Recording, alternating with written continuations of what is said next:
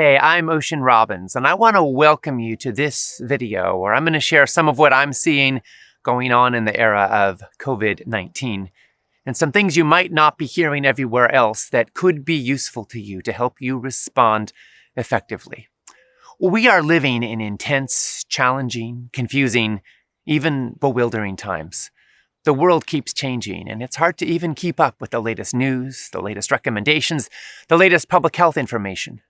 A lot of people right now are scared.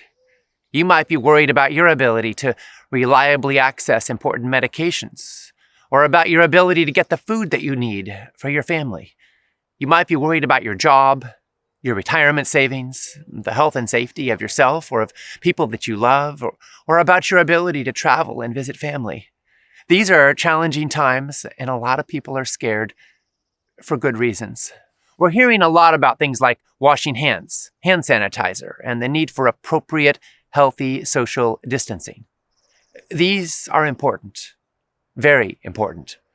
And there's also something else that we're not hearing as much about right now that I think is also critically important, which is what you eat, which is your underlying health reality and creating the conditions out of which your health grows. Because the truth is that a lot of people are probably going to get COVID-19.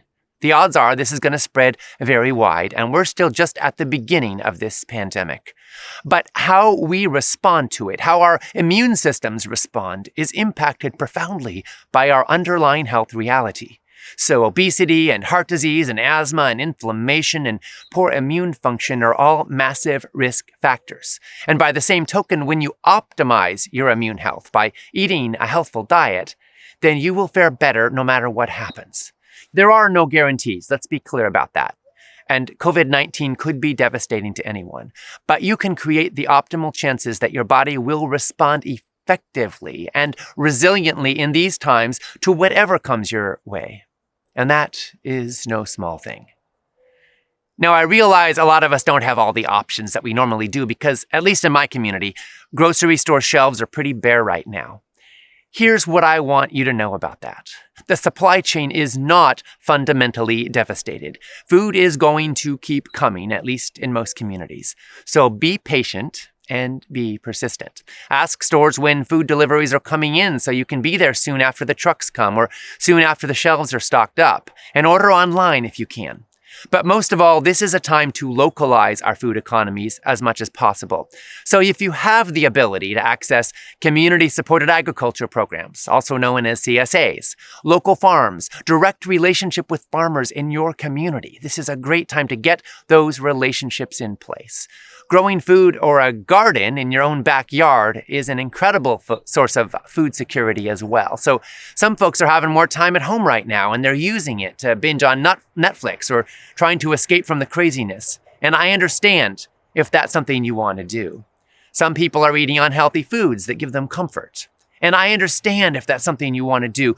But I want to encourage you to take some of your time, some of your precious, sacred attention to learn, to grow, to discover how you can optimize your health, how you can prepare the healthiest and tastiest meals imaginable, how you can have more food self-reliance and food security in your local food economy, and how you can make the choices that will set you up for greater security and health and vibrancy now and for the long term.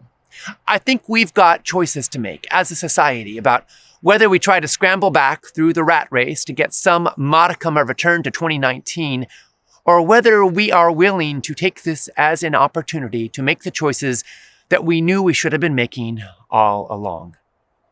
This is an opportunity right now to plant more seeds in gardens, to have more health-supporting practices in our lives so that our immune systems are functioning more optimally, so that our diet and our lifestyle choices are serving the health and the vitality that we really, really want.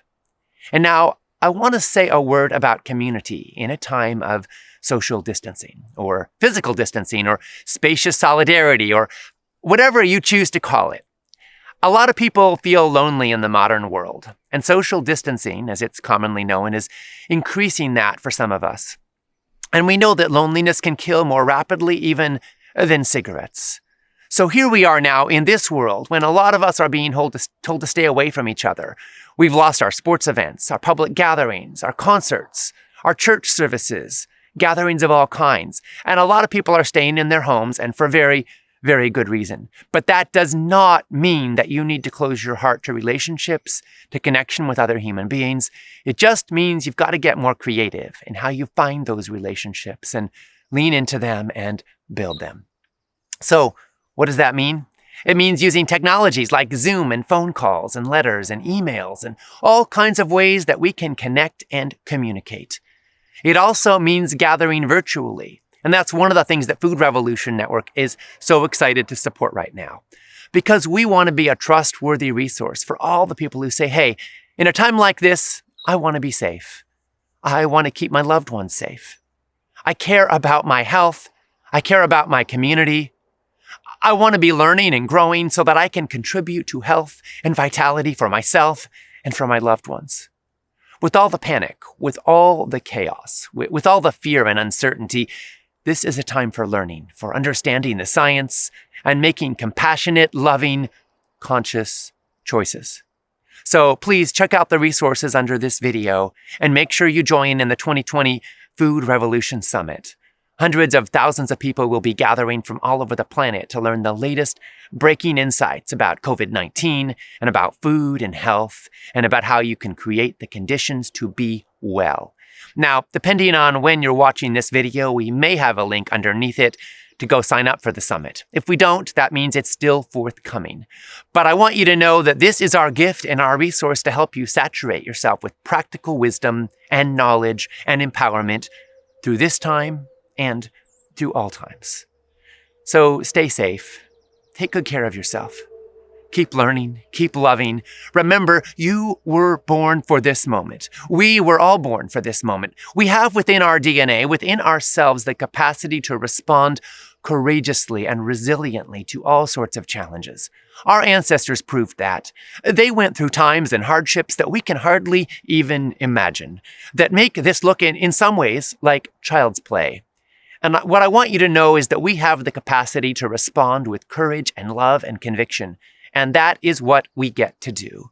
So however things go on in the world around us, I want you to know we're here for you. I want you to know that you get to be a stand for the people you love. And let's remember to keep loving, keep caring, keep looking out for those who are most vulnerable, some of whom are the most hurting right now, and keep doing the things that will help us to make the best choices we possibly can in response to uncertain times.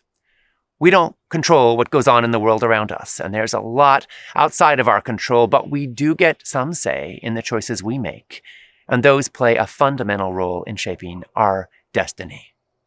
So thank you for all the choices you make to be a stand for love and compassion and courage and sustainability and possibility in these troubled times. Together, we will get through this, and we will stand on the other side stronger and healthier than ever. Thank you so much for your partnership in this movement of sanity and love and compassion and health and responsibility and choice. Let's do this. Let's create a better world together every day with the choices we make. I thank you.